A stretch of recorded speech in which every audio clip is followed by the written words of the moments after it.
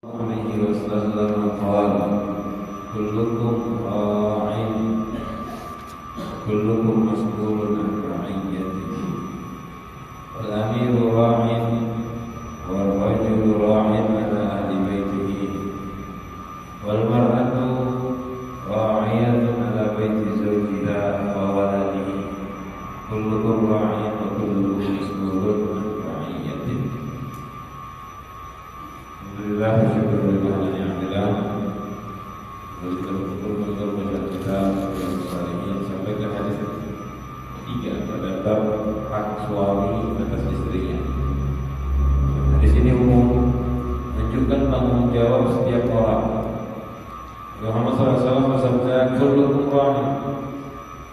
Kalian semua adalah pemimpin. Wa kullukum ra'in. Kullukum mas'ulun 'an ra'iyatihi.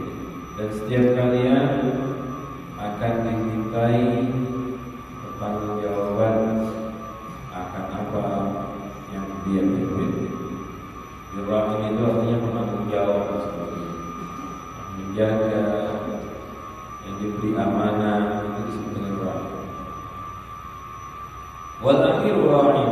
Contohkan dalam wal amir, pemimpin, amir raja, imam, kayak kita presiden, gubernur, mereka ra'in, bertanggung jawab, memimpin daerahnya. Jadi asal jadi bertanggung jawab. Warajul ra'in ala ahli baitihi. Dan juga seorang laki-laki, suami, dia juga ra'in, tanggung jawab akan penduduk rumahnya. Tanggung jawab sama laki-laki memberikan nafkah, amar ma'ruf nahi munkar pada keluarganya, mendirikan syariat wajib pada keluarganya, tanggung jawab akan kelakuan atas yang dikerjakan keluarganya. Wal mar'atu, begitu juga perempuan ra'iyah, tanggung jawab juga ala baiti zawjiha, atas rumah suaminya, wa waladihi, dan anak-anak suaminya. Jadi perempuan juga bertanggung jawab sama. Kullukum ra'in, maka semua dari kalian adalah ra'in, bertanggung jawab, pemimpin. Kullukum mas'ulun 'an ra'iyatihi, dan kalian akan dimintai bertanggung jawab akan apa yang kalian pimpin. Di sini Rasulullah memberikan penjelasan bahwa di rumah tangga itu yang bertanggung jawab bukan cuma laki-laki saja, tapi perempuan juga punya tanggung jawab rumah, tanggung jawab anak. Begitu juga yang bertanggung jawab di daerah itu bukan cuma raja saja, hakim saja. Kita ini rumah tangga juga sama penanggung jawab.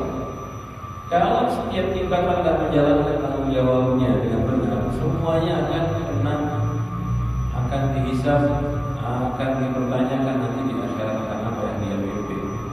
Dan sebetulnya kalau mau dipraktekkan perjalanannya, dimulai dari ra'i terkecil dulu, baru nanti akan ra'i terbesar bisa amanah.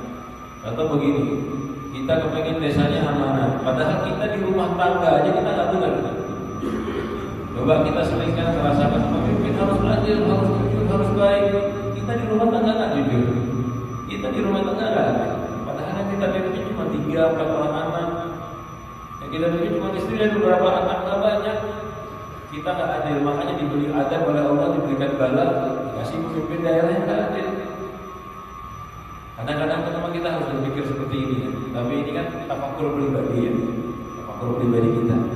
Kalau misal kita mendapati ternyata pemimpin kita jahat, pemimpin kita zalim, coba koreksi. Bisa jadi kitanya ini zalim duluan. Makanya Allah menghukum dengan pemimpin di atas yang lebih zalim. Begitu. Yang pemimpin kan ada tahapannya. Kalau yang pemimpin nomor bawah zalim, dikasih atasnya zalim lagi, dikasih atasnya zalim lagi, terus sampai akhirnya pemimpin tertinggi zalim. Mungkin bisa jadi kalau ada satu daerah, satu kota, atau bahkan satu negara, pemimpinnya zalim, selain kita menyalahkan pemimpinnya ya, namanya orang zalim kan dikoreksi, dibenarkan. Kita juga perlu mengkoreksi diri kita. Bisa jadi pemimpin zalim tersebut ujian bala dari Allah bagi rakyat yang mereka zalim pada rumah tangganya. Bagi rakyat yang mereka dolim pada pimpinan kecilnya. Kita di rumah tangga dolim, di pekerjaan dolim. Jangan kaget kalau dikasih pemimpin di atas yang dolim. Kita sudah mempraktekkan dolim terlebih dahulu. Jadi termasuk cara untuk mendapatkan negeri yang adil, pemimpin yang adil. Bagaimana caranya? Kita adil di rumah tangga kita. Setiap orang begitu.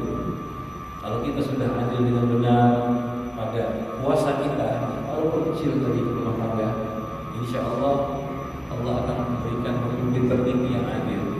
Karena yang paling mampu untuk memberikan pemimpin yang adil itu Allah, kekuatan kita.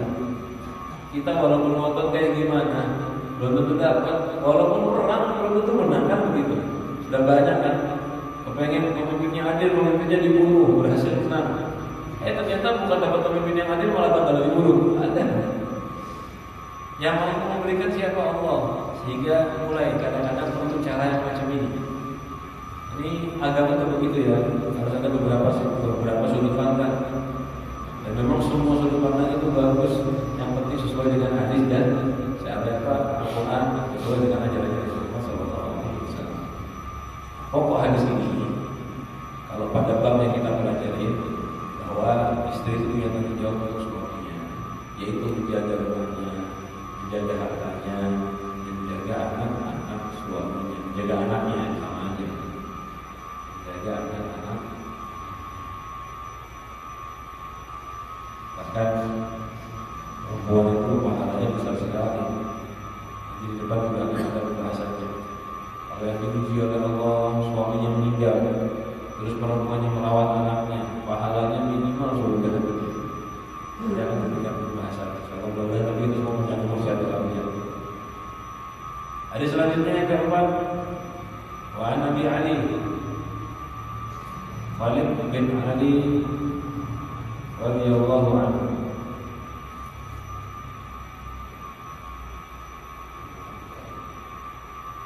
Wa Nabi Ali Talq bin Ali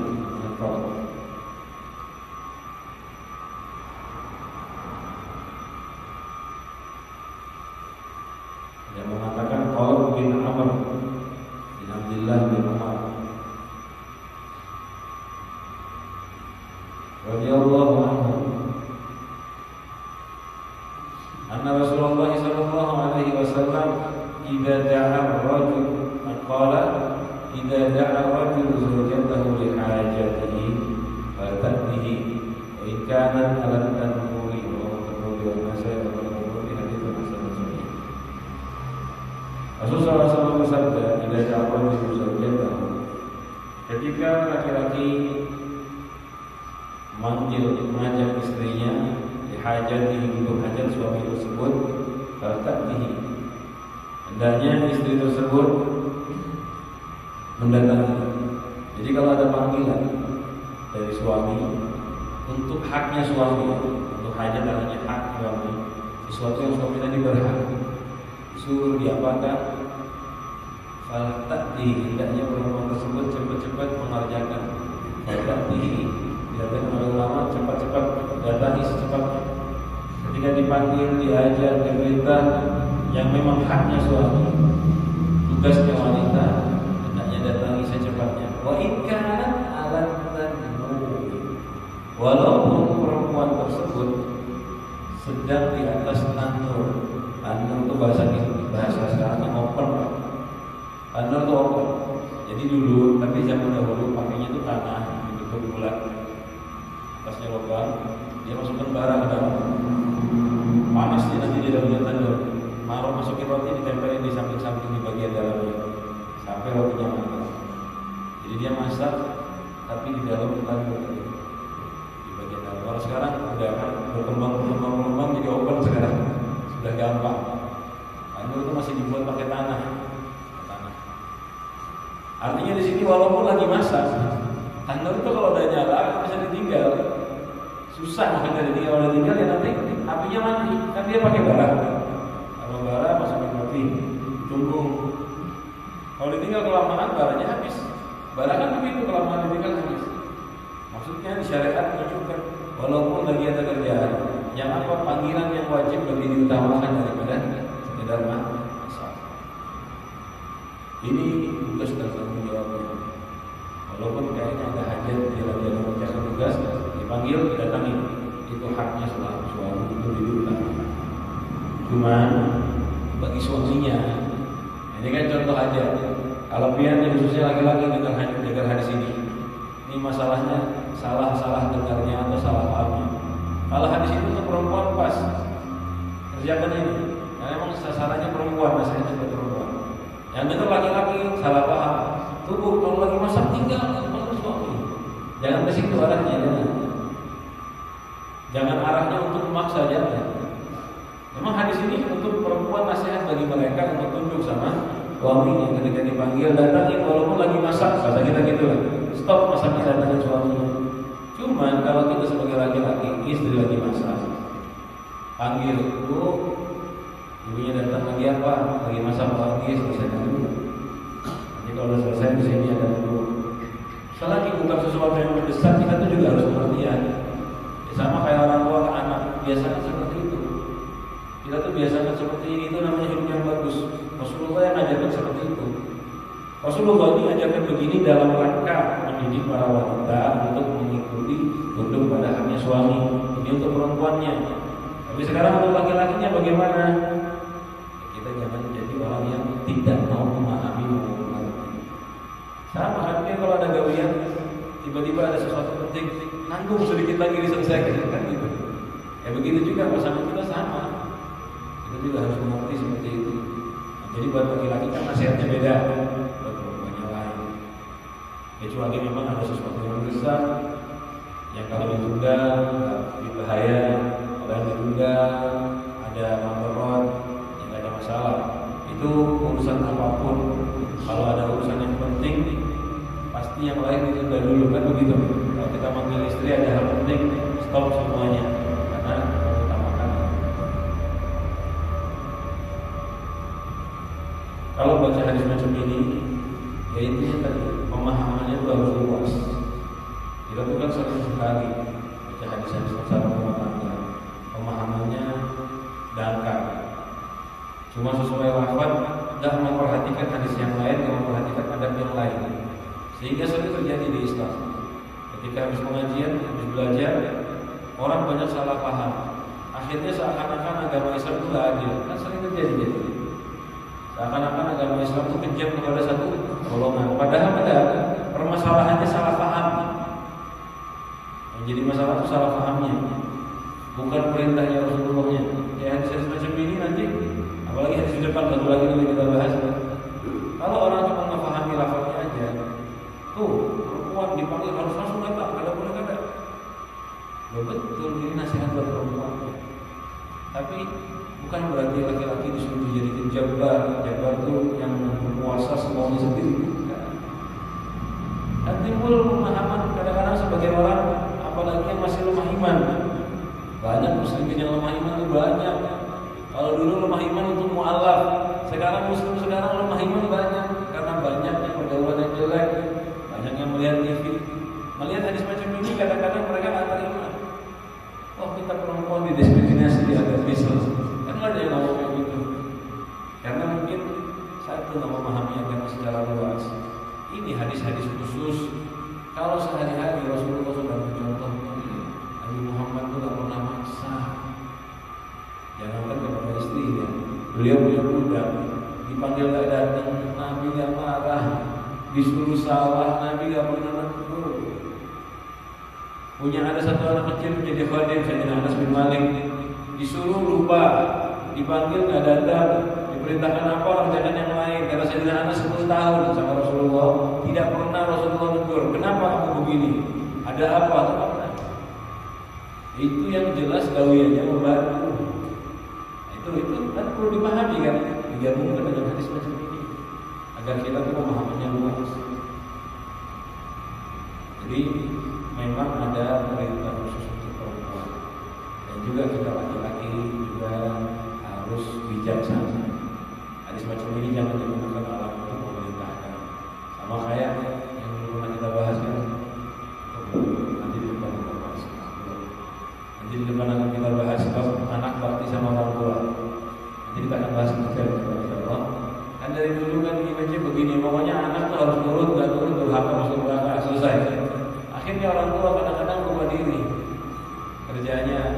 dikit-dikit nurut kalau nurut durhaka, nurut kalau nurut durhaka. Padahal dianya lupa.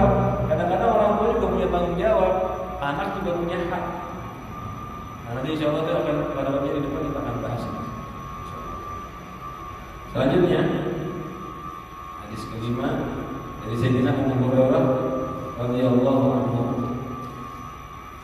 Nabi kita Muhammad sallallahu alaihi wasallam bersabda, "Lau kuntu amiran ahadan." Kalau seandainya saya, kuntu memerintahkan, amiran kuntu ada saya memerintahkan ahadan kepada seseorang ayyasjuda untuk sujud li ahadin kepada seseorang, amartul manata saya akan suruh perempuan antas juga di zawjiha sujud sama suami. Rasulullah masih gambar atau seandainya ada saya amiran untuk memerintahkan kepada ahadan seseorang. Kalau saya nyuruh orang sujud, tapi nggak ada perintah Rasulullah nyuruh manusia sujud kepada makhluk, nggak ada. Cuma ini gambaran seandainya ada orang disuruh sujud sama makhluk, siapa itu? Seandainya ada manusia disuruh sujud kepada manusia, siapa manusia yang disuruh sujud? Perempuan diperintahkan sujud kepada suami. Loh kenapa? Kita bahas dulu ya. Satu, ini bahasanya bukan suruh sujud sungguhan. Ini bahasa kiasan. Orang itu sujud untuk menunjukkan besarnya tugas kita dan agungnya yang kita sujudin, hebatnya dia, jasanya kita sujud.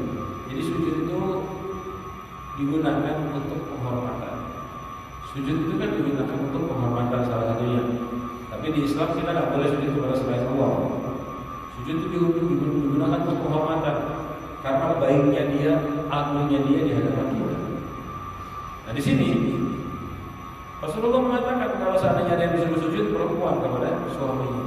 Kenapa? Ya sama. Penyebab sujud apa tadi? Besarnya haknya. Haknya suami itu begitu besar atas istrinya. Haknya suami begitu besar atas istrinya sehingga seandainya ada yang sujud, pertama kali sujud istri kepada suami. Bahkan istri itu kalau udah nikah dengan suami, lepas dia ikatan dengan orang tuanya. Artinya haknya suami lebih didahulukan daripada hak orang tua.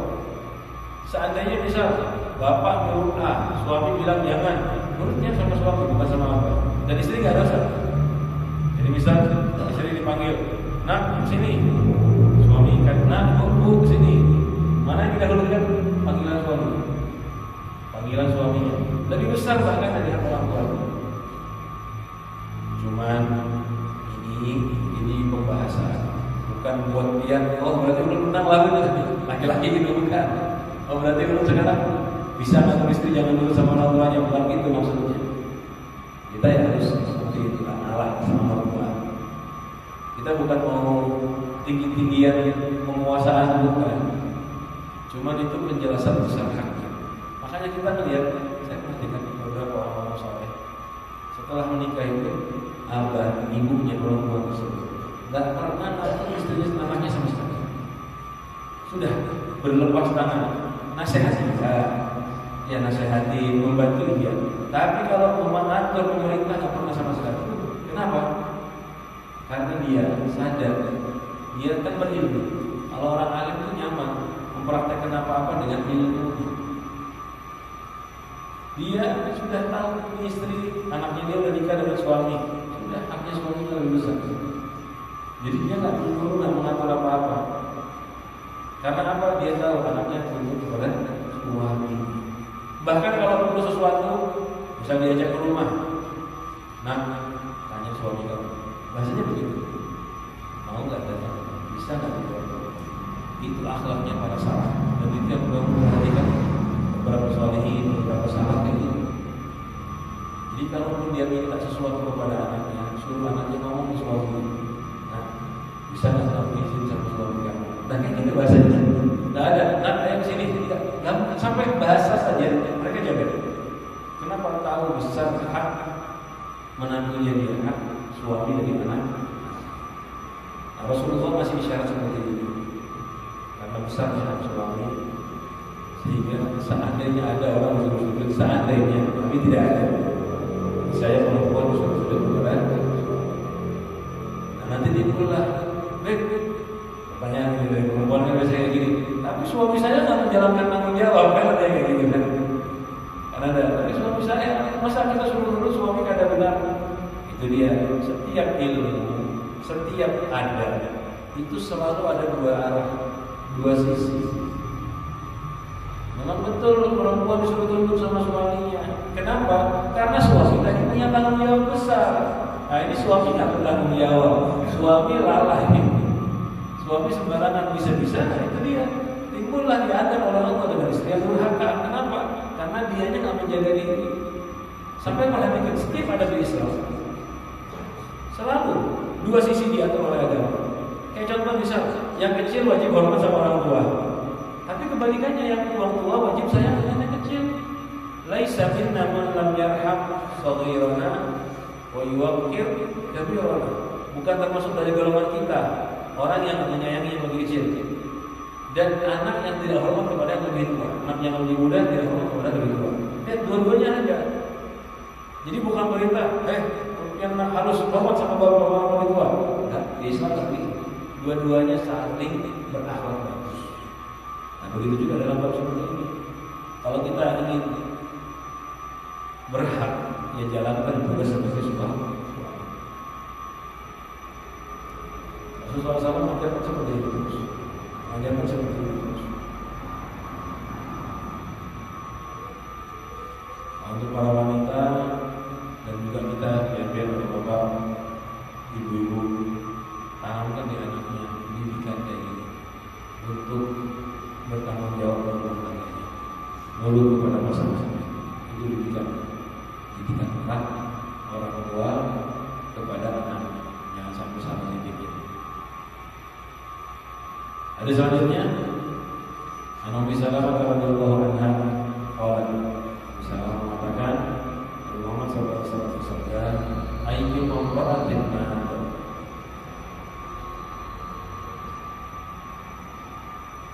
siapapun wanita yang meninggal, wa zawjuha anha radin, dan suaminya ridho kepada wanita tersebut, dakhalatil jannah, maka wanita tersebut akan masuk surga.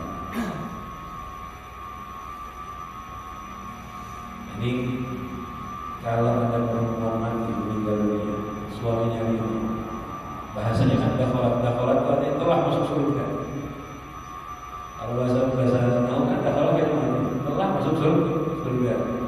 Masuk surga, surganya belum dibuka kan nanti akhirat. Itu takkid tauhid. Jadi kalau ada sesuatu yang pakai fi'il madhi padahal belum terjadi, dalam bahasa Arab itu artinya untuk menguat, memastikan dia masuk surga. Ada dua penafsiran kata ulama. Masuk surga bagaimana? Dia akan masuk surga langsung dengan orang-orang yang sukses, tanpa melalui adab, tanpa pencucian dosa. Semua orang muslim meninggal Islam pasti masuk surga. Semua pihak kalau beriman meninggal pasti masuk surga.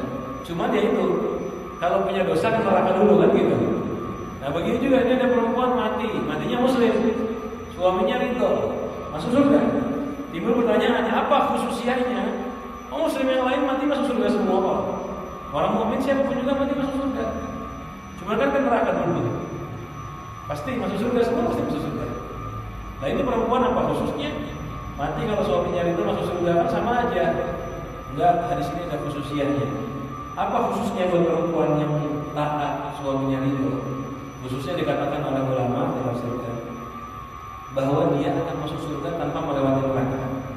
Walaupun punya dosa, iya. Kemungkinan Allah akan mengampuni dosanya dia, dan Allah akan membuat ridho orang-orang yang punya khusumah sama dia. Kan kita punya dua dosa, dosa kepada Allah dan dosa kepada makhluk. Seandainya ada perempuan meninggal dengan tulus taat kepada suaminya dan suaminya ridho, itu otomatis kalau Allah akan mengampuni dosanya dia gampang, dan Allah akan membuat ridho orang-orang yang sedang ada masalah dengan dia. Saya pernah nyakitin satu orang, ini kan nggak mungkin masuk surga dia, pasti dimintai bertanggung jawab duluan. Allah akan membuat orang tadi ridho memaafkan dia. Pernah nggak sih dia ada orang punya masalah sama dia, tiba-tiba dia pengen maafkan tanpa dia minta maaf? Pernah nggak? Kita kan sering ada orang sakit, nyakiti kita, ada orang salah, tiba-tiba ingat salahnya orang, belum maafkan adalah belum relakan saja. Tiba-tiba kita memaafkan tanpa sebab, padahal mungkin orangnya belum minta maaf, belum sadar, langsung kita maafkan. Itu Allah yang gerakkan hati kita memaafkan dia. Nah bisa jadi begini, seorang wanita yang suaminya ridho, Allah menggerakkan hati-hati orang-orang yang pernah ada masalah sama dia untuk langsung memaafkan. Walaupun perempuannya nggak minta maaf kan meninggal. Pernah nggak sih hadir jenazah? Semua pasti ngerasakan itu. Hadir jenazah bawa dia, padahal banyak salah. Datang langsung dia maafkan. Atau ada yang punya hutang, datang ke tempat jenazah, jenazahnya punya hutang sama kita. Terus keluarga bilang yang punya hutang bayar Pak, datangi rumah ulun. Keluarga, dia ngomong ulun nggak usah dibayar, ini nggak rela. Banyak muslim kayak gitu. Gak nagih, langsung memaafkan. Kenapa kita melihat jenazahnya langsung siap, langsung terpikir kalau kita meninggal juga kan kita bakal punya salah juga. Saya berharap dengan memaafkan dia, orang lain memaafkan kesalahan kita. Nah begitu perempuan yang meninggal diridhoi sama suaminya, Allah akan menggerakkan makhluk-makhluk yang lain yang pernah dizalimi dia untuk memaafkan perempuan tersebut.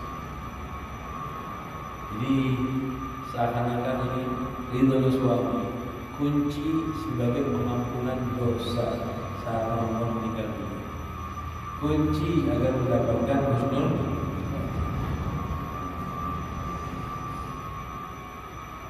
Tapi ini walaupun nyaman, kan enak.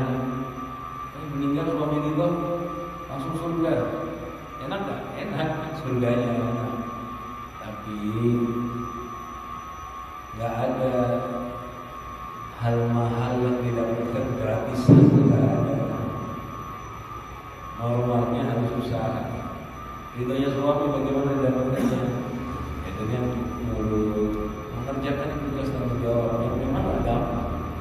Nggak gampang. Ada yang bilang gampang sulit. Kan dapatnya surga, makanya kita perlu mencari ridhonya suami. Gampang nggak dapat ridho suami? Sulit. Sulitnya sebetulnya nomor satu, ketika perempuan dapat suami yang kurang baik, itu paling susah. Kalau dia dapat suami yang soleh walinya Allah, gampang benar dia dapat ridhonya dia. Kalau dapatnya suaminya yang alim, yang soleh, pasti gampang dapat ridhonya. Kenapa? Suami gak bakal banyak menuntut, dia mesti ridho aja. Walaupun istrinya kadang baik macam apa, dia pasti bagus. Itu kalau dapat suami yang soleh.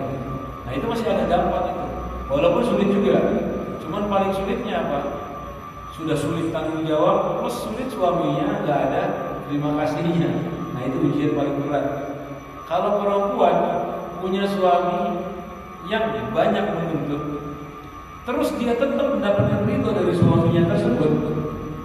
Padahal suaminya ini susah benar dapat ridhonya. Perempuan tadi tetap dapat ridhonya suami.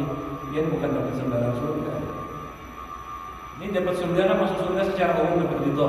Kalau ridhonya dari orang yang susah, berarti kan tingkatan surganya lebih tinggi. Misal suami yang menuntut 10, atau gini, suami yang nggak ada tuntutan buat dia dapat ridhonya, surga. Suami yang menuntut 10, surganya lebih tinggi lagi. Suami yang menuntut 100, dia dapat ridhonya, pasti jauh lebih tinggi. Tapi kalau suami yang nggak ada ridhonya, apa yang nggak ada tuntutan, yang gampang hidupnya, yang nikmat lah, ada repotnya jadi istri sendiri, itu juga dapat surga. Tapi ya karena upayanya nggak sedikit, kan upayanya nggak ada repot, sedikit aja duitnya, dapat surganya terbatas. Artinya bukan darajat yang tinggi. Nah itu begitu ya. Cuma ya harapannya jangan sampai berdoa dulu kalau gitu kita doa suaminya yang kurang ajar ya, biar surga lebih tinggi jangan, karena sulit sekali. Itu nasihat buat orang yang terlanjur naudzubillah diuji oleh Allah dengan suami yang banyak menuntut. Nasihatnya kayak tadi, surganya berbeda dengan sekedar surga biasa. Nah di sini menunjukkan istimewanya nurut dan mendapatkan ridho dari Wa'an Mu'adz bin Jabal. Hadis selanjutnya dari Sayyidina Mu'adz bin Jabal radhiyallahu anhu. Kita selesai dia ini ya. Kita terus lagi.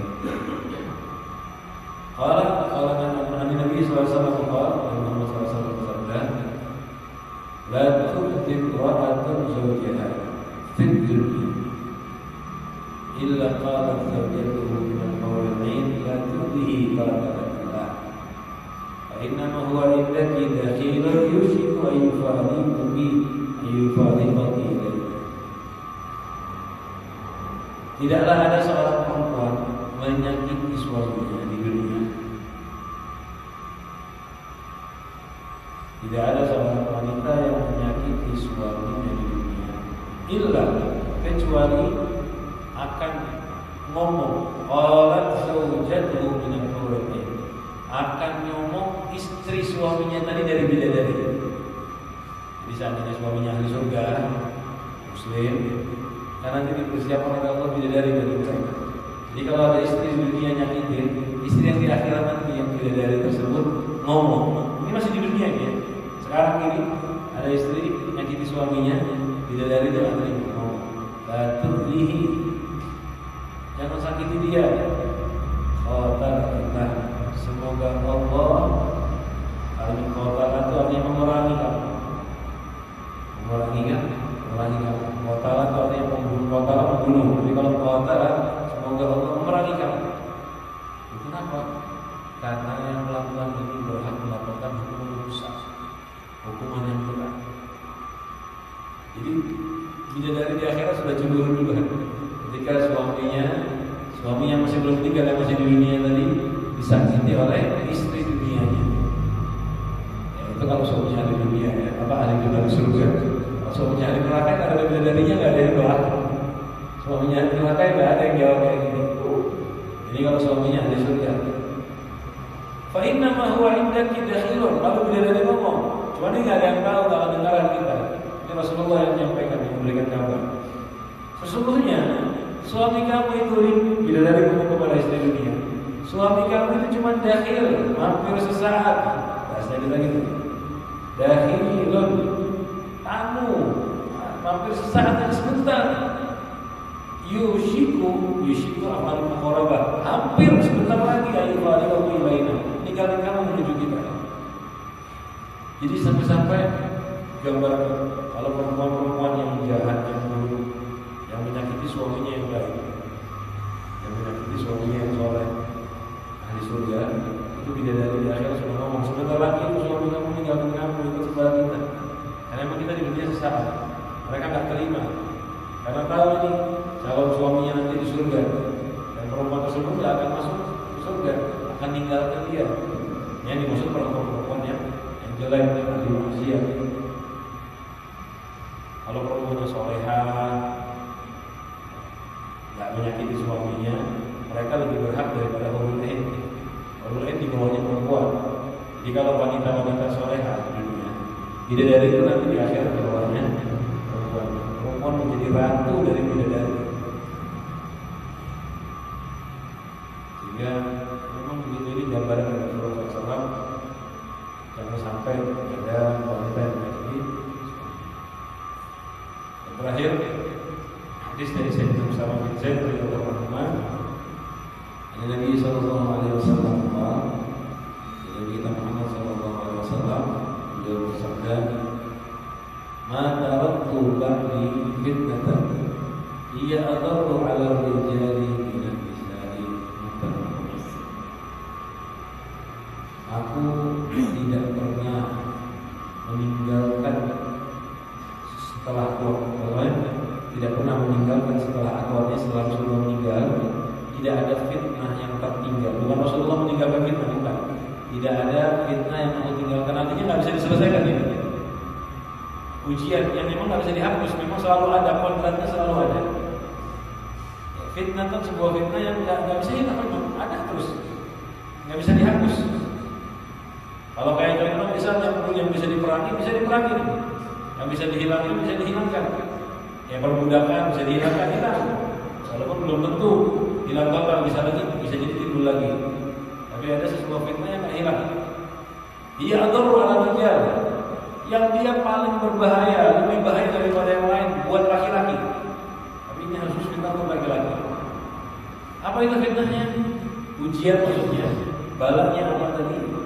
An-nisa dari ini ujian terbesar. Bala terbesar bagi laki-laki. Apa itu? Ini lebih besar dari yang lain. Ini bisa diartikan ujian, bisa diartikan bala, kesulitan. Bisa juga yang tadi bala artinya hukuman, bisa diartikan ujian, dalam arti ujian mengangkat derajat, hapus dosa. Bisa juga diartikan hukuman dan adab dari Allah. Tergantung suaminya bagaimana.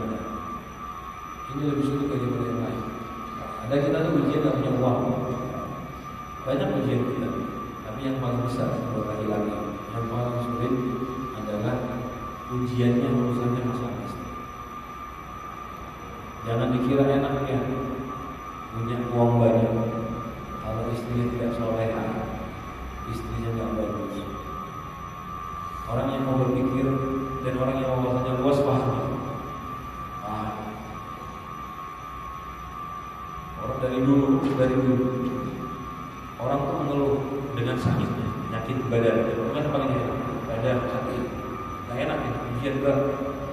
Kedua, mengeluh dengan rezekinya, masalah keuangan, tidak nyaman dan sebagainya. Di antara bermacam-macam keluhan tadi, yang paling banyak dibutuhkan uang, kesehatan. Tapi daripada ini semua yang lebih sulit lagi rumah tangga, pasangan kita. Sehat badan, uang banyak, nggak berguna kalau istrinya nggak soleh, kalau istrinya menyakiti dia.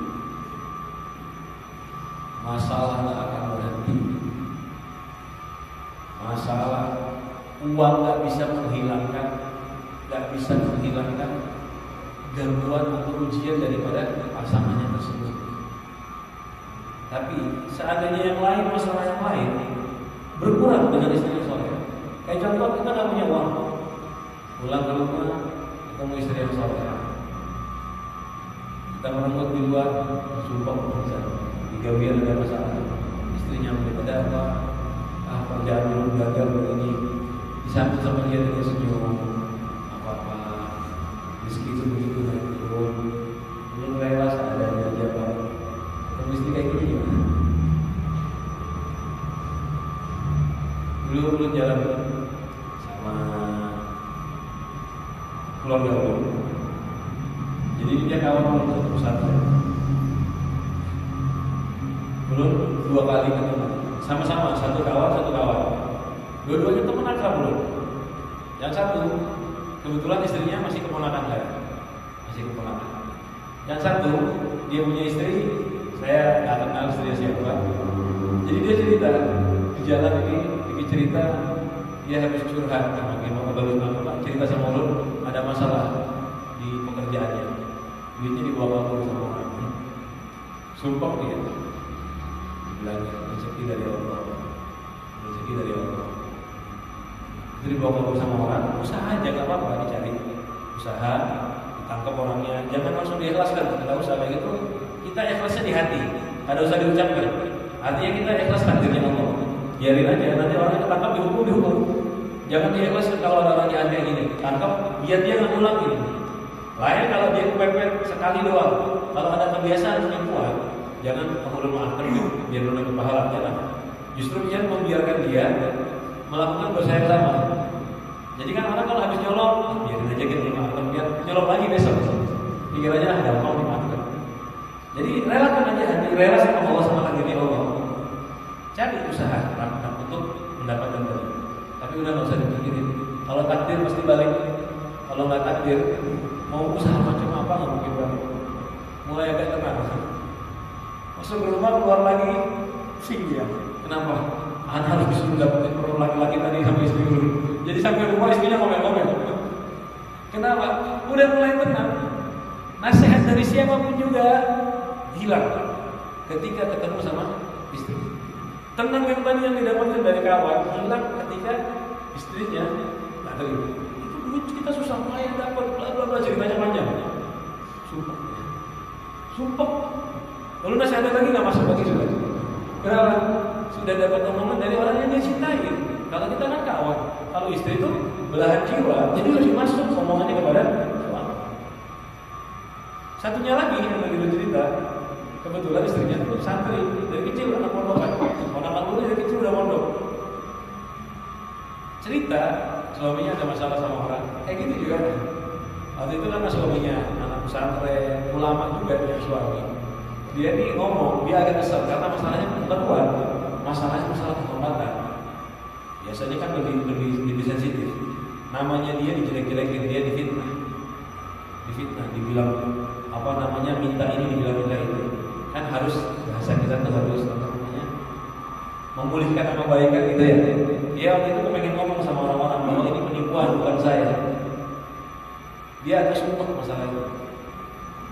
Pulang ketemu istrinya nasihatnya gini, sudah kalau kamu bongkar itu akhirnya orang yang fitnah kamu kesian. Nanti akhirnya dimusuhin sama semua orang. Sekarang kamu difitnah, orang nggak percaya sama fitnah kamu. Ini kan serius. Orang nggak percaya kamu kan baik. Orang nggak semuanya percaya. Kalau kamu membongkar dia kesian, dia bakal hancur hidupnya. Ya maafin aja. Subhanallah ya. Ketika dapat ketemu perempuan yang baik kayak gini, tenang suaminya. Ada usah nasihatin sama yang lain dari istrinya saja. Makanya memang ujian paling berat itu istri. Sampai sudah mungkin sampai ada yang pernah merasakan ini. Banyak kita kena pengalaman orang kaya, tampak ganteng orang itu, sehat bukan main, bagus, kayanya lumayan, bagus kaya ibarat kata dia kepengen apa bisa? Kayanya ini bukan kaya pas-pasan, kaya betulan. Keluar mobil terbaru mau beli bisa, keluar handphone terbaru mau beli gampang. Tapi kena musibah di istri. Dia ngomong sama saya nih, kalau kelihatan orang semua ngomong begini dia jujur. Orang melihat saya orang kaya. Tapi sebetulnya saya ini orang miskin. Kenapa? Dipuji di rumah. Bukan miskin urusan uang, tapi miskin kebahagiaan. Dari pagi kerja, orang senang-senang sama temennya, pulang ke rumah, ketemu istri, malah tambah masalah. Nah begitu ya, ujian paling beratnya bagi laki-laki adalah wanita. Sehingga dua hal yang perlu kita perhatikan. Pertama, Bapak, sebelum menyalah-nyalahkan orang tua, kita ini suami harus belajar. Harus belajar cara mendidik istri. Harus belajar tanggung jawab kita. Cari apa tugas kita. Kerjakan tanggung jawab dia, insya Allah merubah istrinya jadi baik menjalankan tanggung jawab. Tapi kalau dari awal kita yang udah nggak tahu hukum, kita yang udah lalai, ya jangan kaget. Kita nggak tanggung jawab ketemu perempuannya nggak tanggung jawab. Kita nggak ada ketemu perempuannya nggak ada. Jadi kita harus belajar sehingga sembarangan nikah dulu nanti baru mulai belajar. Salah sebetulnya, belajar dulu baru mulai nikah. Datang sama ustaz. Dan kalau pengajian kayak gini, ini kan biar belajar spesifik datang dulu. Kalau bisa ada waktu pelajaran khusus tentang membina rumah tangga. Kalau cuma dengar kayak dari pengajian kayak gini kan putus. Datang tentang membina rumah tangga. Jadi biar benar-benar paham. Lalu yang kedua, buat perempuannya. Jadi selain kita suami belajar, perempuan pun juga dididik orang tua bapak biar niatkan didik anaknya, ibu-ibu niatkan didik anaknya menjadi istri yang solehah. Karena pahalanya solehahnya istri kalau anaknya jadi istri yang solehah. Jadi jenis-jenis istri yang tadi yang meninggal dosanya diampuni masuk surga. Itu dia abah dan ibunya dapat pahala. Kita di sebagai orang tua mendidik anak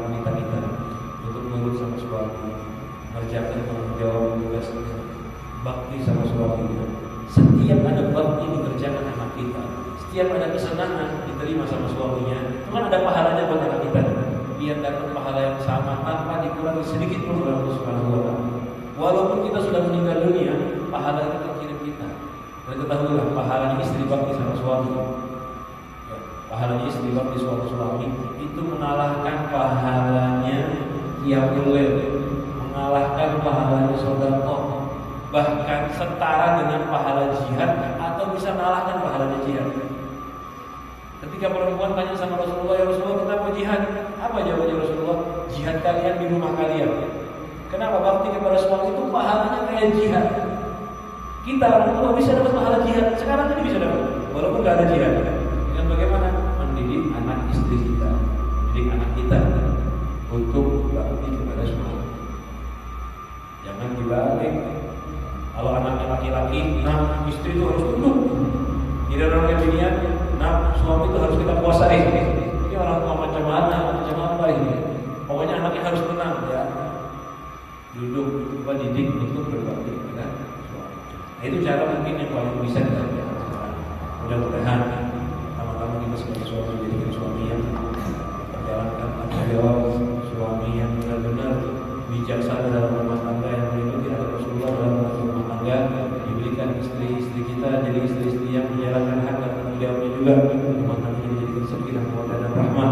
Mudah-mudahan anak-anak kita nanti, anak wanita jadi anak yang berbakti taat kepada suaminya, mendapatkan suami yang saleh, yang bertanggung jawab, yang menjalankan tugas tanggung jawab syariat. Begitu juga anak